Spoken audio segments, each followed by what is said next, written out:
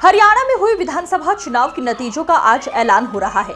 चुनाव में बीते 10 साल से हरियाणा की सत्ता पर काबिज भारतीय जनता पार्टी और कांग्रेस के बीच सीधा मुकाबला हुआ है। 90 सदस्यीय विधानसभा की ज्यादातर सीटों पर भाजपा और कांग्रेस कैंडिडेट आमने सामने रहे हैं।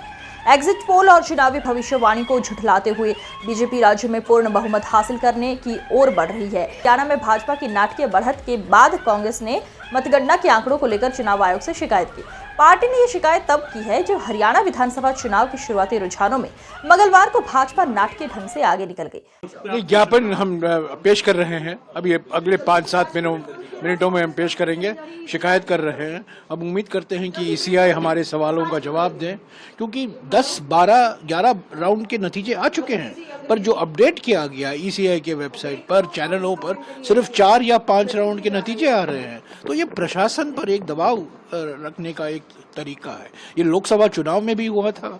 हम लोग गए थे, अभिषेक सिंघवी जी और मैं ईसीआई गए थे, हमने शिकायत की और तब ईसीआई ने कार्रवाई की।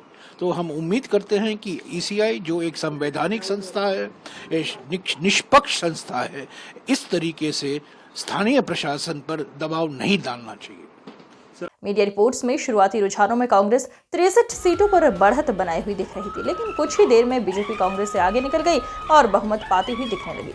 रुझानों में एक समय कांग्रेस का ये आंकड़ा 33 से 34 तक पहुंच गया, जबकि बीजेपी का आंकड़ा 49 से 50 तक पहुंच गया।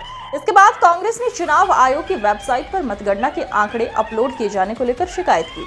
कांग्रेस महासचिव और संचार प्रभारी जयराम रमेश ने एक्स पर पोस्ट किया, लोकसभा चुनावों की तरह हरियाणा में भी हम फिर से ईसीआई की वेबसाइट पर ताजा रुझान अपलोड करने में धीमी गति देख रहे हैं। क्या भाजपा पुराने और भ्रामक रुझान साझा करके प्रशासन पर दबाव बनाने की कोशिश कर रही है?